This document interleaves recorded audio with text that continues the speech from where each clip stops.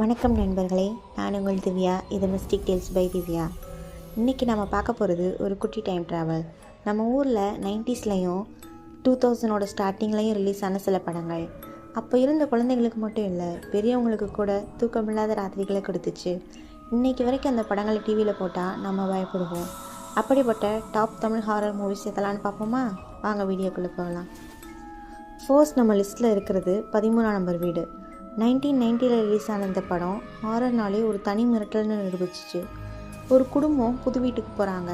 ஆனால் அந்த வீட்டோட கதவில் இருக்க 13ஆம் நம்பர் அவங்க வாழ்க்கையை எப்படி புரட்டி போடுதுங்கிறது தான் கதை.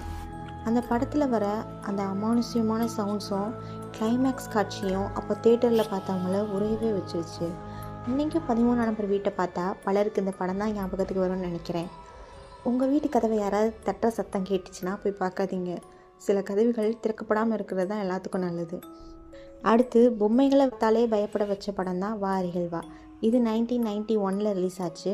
ஒரு குட்டி பொண்ணு இறந்து போயிடுவா. அவளோட ஆவி ஒரு பொம்மைக்குள்ளே புகுந்து பழி வாங்கும். அந்த பொம்மையோட கண்கள் அசைகிறதும் அது பேசுகிறதும் 90s கிட்ஸுக்கு ஒரு பெரிய நைட்மேராக இருந்துச்சு. பொம்மை வச்சு தமிழில் வந்த மிகச்சிறந்த திகில் படம்னா இது தான். உங்கள் வீட்டில் பழைய பொம்மை இருந்தால் இந்த படத்தை பார்த்ததுக்கப்புறம் அதை தூக்கி போடணுன்னு தான் தோணும்.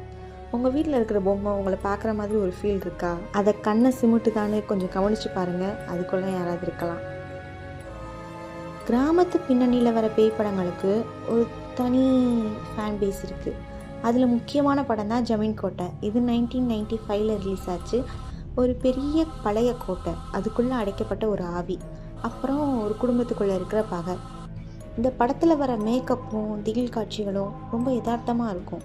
குறிப்பாக அந்த படத்தோட பேக்ரவுண்ட் மியூசிக் கோட்டைக்குள்ளேயே கூட்டிகிட்டு போகிற மாதிரி இருக்கும். நடுராத்திரியில் கொலுசு சத்தம் கேட்குதுன்னா ஜமீன் கோட்டை ஆவி உங்கள் பின்னாடியே வந்திருக்குன்னு அர்த்தம். இப்போ 2K காலகட்டத்துக்கு வருவோம். 2000 ஸ்டார்டிங்கில் ஹாரர் படங்களோட ட்ரெண்டையே மாற்றின படம் தான் Chandramukhi. Super star Rajini sir நடிப்பு ஒரு பக்கம் இருந்தாலும் ஜோதிகா மேமோட அந்த மிரட்டல் நடிப்பு, அந்த லக்க சத்தம் இன்றைக்கி நம்மளை மெய்சில் இருக்க வைக்கும். இது ஒரு சைக்கலாஜிக்கல் த்ரில்லராக இருந்தாலும் அந்த பழைய அரண்மனைக்குள்ளே ஒரு ஆவி இருக்குன்ற ஃபீல் நம்மளை விடாமல் துரத்திக்கிட்டே தான் இருக்கும். யாராவது பொண்ணு சிரிக்கிற சத்தம் கேட்டாலோ லக்கலக்கன்னு சத்தம் கேட்டாலோ ஓடிடுங்க.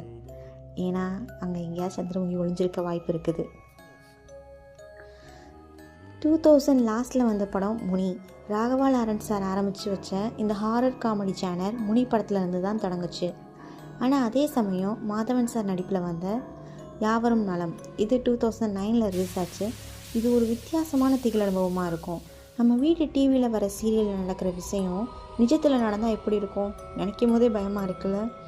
இப்போது உங்கள் டிவி ஸ்க்ரீனில் ஏதாவது உருவம் தெரிஞ்சா சீரியல் நடக்கிறது உங்கள் வீட்டிலே நடக்கிறதா? ஜாக்கிரதையாக இருந்துக்கோங்க. நீங்கள் பார்க்குறது வெறும் படம் கிடையாது, உங்கள் வாழ்க்கையாக கூட இருக்கலாம். 90s கிட்ஸை விட ஏர்லி 2K கிட்ட அதிகமாக மிரட்டின படம்னா அது சிவி. இந்த படம் 2007 ரிலீஸ் ஆச்சு. இந்த படம் ரிலீஸ் ஆனப்போ அந்த போஸ்டரை கூட பதிவேர் பார்க்க மாட்டாங்க, அவ்வளோ பயமாக இருக்கும். ஒருத்தரோட தோல் மேலே உட்காந்துருக்கிற அந்த கான்செப்ட் அப்போ ரொம்ப புதுசாக இருந்துச்சு, எல்லாருக்கும் பயத்தை கலப்புச்சு. குறிப்பாக அந்த ஃபோட்டோகிராஃபி மர்மம், அந்த கிளைமேக்ஸ் ட்விஸ்ட்டு சிவியை ஒரு மறக்க முடியாத ஹாரர் மூவியாக மாற்றிடுச்சு. உங்கள் தோல் மேலே பாரமாக இருக்கா, கழுத்து வலிக்கிற மாதிரி இருக்கா, அப்போ உங்கள் மேலே சிவி தான் உட்காந்துருக்கா.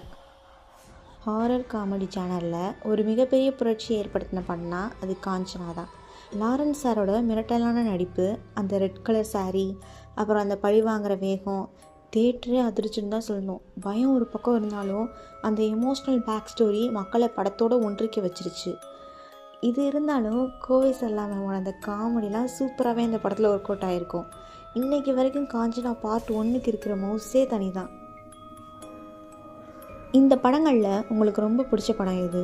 இல்லை எந்த படத்தை பார்த்து நீங்கள் ரொம்ப பயந்துருக்கீங்க? அதை மறக்காமல் கமெண்ட்டில் சொல்லுங்கள்.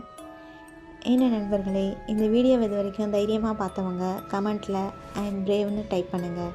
உங்களுக்கு தெரிஞ்ச இன்னும் சில திகில் படங்களை சொல்லுங்கள், அதை அடுத்த வீடியோவில் பார்க்கலாம். அடுத்த வீடியோவில் இன்னும் பயங்கரமான மர்மங்களோட வரேன். நான் உங்கள் திவ்யா. மறக்காமல் சப்ஸ்கிரைப் பண்ணிவிடுங்க, அப்போ தான் நான் போடுற வீடியோ உங்களை சேரும். சப்ஸ்கிரைப் பண்ணாமல் பார்த்தீங்கன்னா பார்த்த பேய் படத்துலேருந்து ஒரு பேய் உங்கள் வீட்டுக்கு வரும்.